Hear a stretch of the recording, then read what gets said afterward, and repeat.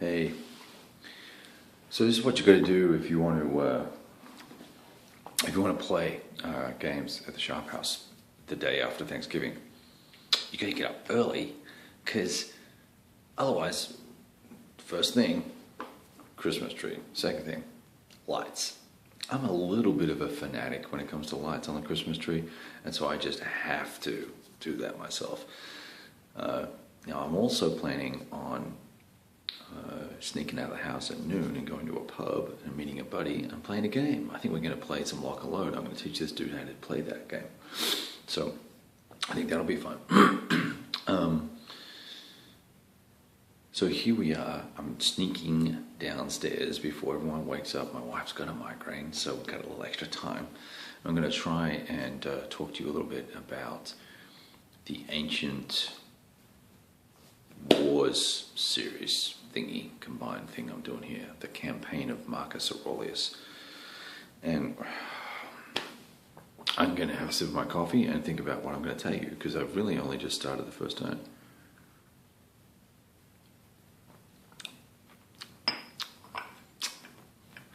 You know, things haven't been tasting right lately. Okay, here we go. Let's see. This game, because it's 4 games kind of crammed together with extensions and additions and rules that supersede each other and things like that, not the core rules so much as just situations on the map and tribes that exist or don't exist. It's very involved to get kind of to a point where we're starting. And in fact, I spent maybe an hour and a half yesterday kind of getting to the point where I can now start moving some pieces. Because, I want to play it right. What we have, I'm going to probably break this up into 2 little videos, and I'll talk a little bit, then I'll just do a quick skim over the map so you can understand what I'm talking about. In fact, that might be more interesting than you seeing my half-assed awake face, so hang in right there, I'll be right back. See, that wasn't so bad, was it? Okay, so what we're going to do is, first of all, let's have a little look at some of the details on the map now that we know a little bit more about the game. Okay, so let's look at Gallia, or the Gallic tribes. They were conquered pretty much post-Caesarian, well, not post-Caesarian, I suppose. Look, the date doesn't matter. We're at 166 AD. We have a situation where now they're all basically have become Roman vassals and allies, and they are part of the industrial complex of the Roman Empire. So we don't roll for those guys on this honkin' big table over here to see if they rebel when we have a what do you call it, I guess you call it a rebellion, wouldn't you? There's a special event anyway. Actually, we don't roll for them on the invasion table, and we're playing the Marcus Aurelius campaign, and there are 2 events, if you want to play it historically, that occur right off the bat, very first turn. Very first turn, you have an invasion by the Germans, and you have the plague. So let's keep going with this stuff regarding tribes. So all of these tribes are taken care of. We don't have to worry about all these little black triangles on the map and yellow triangles on the map, which I don't know if you can see those. My camera is in the way because of the lighting. I had to move the table. But all these yellow things and all these black things here, they're all consolidated into the Roman Empire, except for the Caledonians and Hibernia. They can still rebel. And interestingly enough, so what you do then is you instead of rolling to see who rebels and then invades, you just roll. We were assuming, because it's historical, we're saying it's the Germans that invade, and we're going to put units down for them, and they have a mobilization number. That's either a 1, 2, 3, or 4, and if you roll that number or less, then you put 2 units on the board or 4 units on the board, whatever the case might be. So we're going to put for each of the German tribes up there, see across there, there's 4 tribes that activated. We're going to put 8 army units down. There's already 3 on the board, Actually, there should be no fourth. Oh, that's right. We have to take a fourth off for the plague. We'll talk about that in a minute. So, so you go through all that exercise, and it took a while to work out, okay, well, none of these guys, these Gallic tribes over here, had revolted, except for these fellas, because they haven't been incorporated yet. So I'd already gone through and enrolled, and there was, there was probably these tribes all over the place going crazy, going, yeah, woohoo, we rise up. This is not Sparta. So we did that. Then we had to roll for the plague, and here's the plague. The plague is brutal. Each side rolls 2 dice. And the wording is not exactly clear, but I'm using some common sense here because the net result would mean we'd have nothing on the board.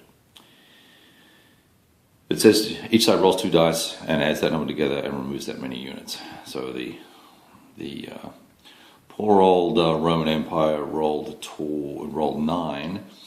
That's right, 2, 4, 6, 8, 9, and these guys rolled a 6 net. So these guys were above average, these guys were below average. Now here's the interesting thing: when you're taking losses, you can choose whichever units you like to die. But to become a veteran unit, and as you can see here, these are all recruit level, right? To become a veteran unit, you've got to be on the board, and then you've got to spend a stratagem chit to upgrade it, and it's got to be on the board for a certain period of time, I think, and all this other crap, right? Basically, it's an involved process that I did not want to lose any of my veteran units. Well, it doesn't say that I got to pick units from any area, any particular area, or anything like that. So even though we know it started in Syria, and we know the dudes versus Marcus Aurelius' brother traveled back to Rome, and basically he and his men infected everybody, dirty bastard, and that's what caused the plague to kind of spread throughout the known empire at the time.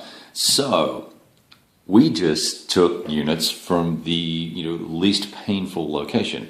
I know that there's an invasion coming, so I didn't take any guys from here. Now, should I take some guys from there? Maybe.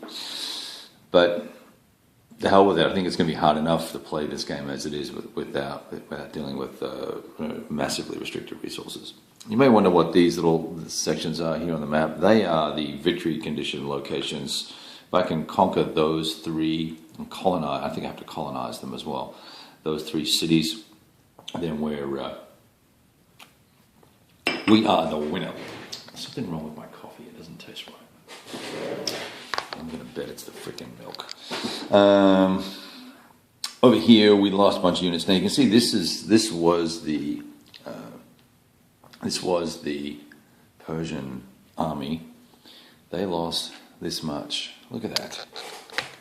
On a relative basis, that's a lot of stuff, dude. That's about a third of their army. So they came off much worse, relatively speaking, than the Roman army did. The Roman army's in pretty good shape. They kept all the veteran units.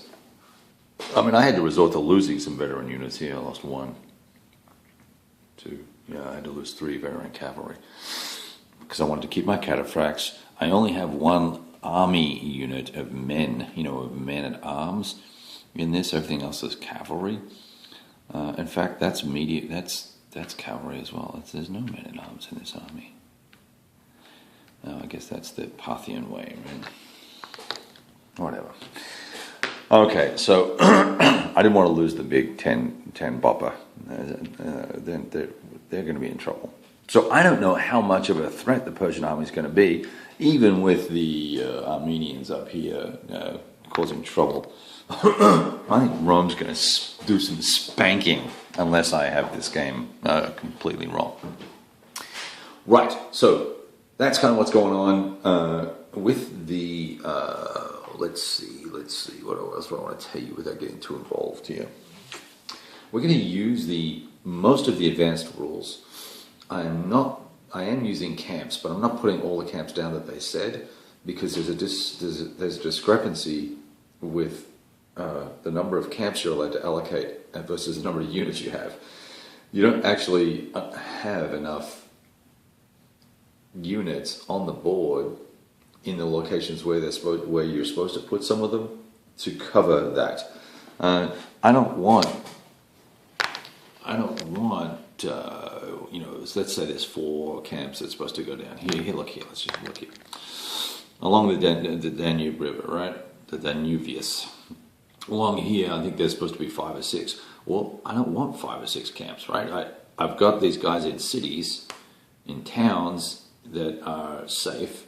These other guys we're putting in camps. That's cool. You get a defensive bonus, and you got to lose. The camp's got to lose strength before you lose strength, type of thing.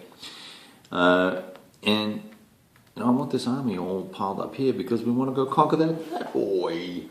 Exactly, right? So, it seems kind of pointless to put them down because you put them down and then they immediately have to come off if they're empty. So there's a lot, and I understand how involved this is, trying to come across 4 different modules, or 3, however many there are, 3 or 4 different modules, but there's a lot of stuff in here that you just look at it and you go, hang on a second, I remember reading in the rules, and the expansion is actually 5 bits because you've got the expansion as well.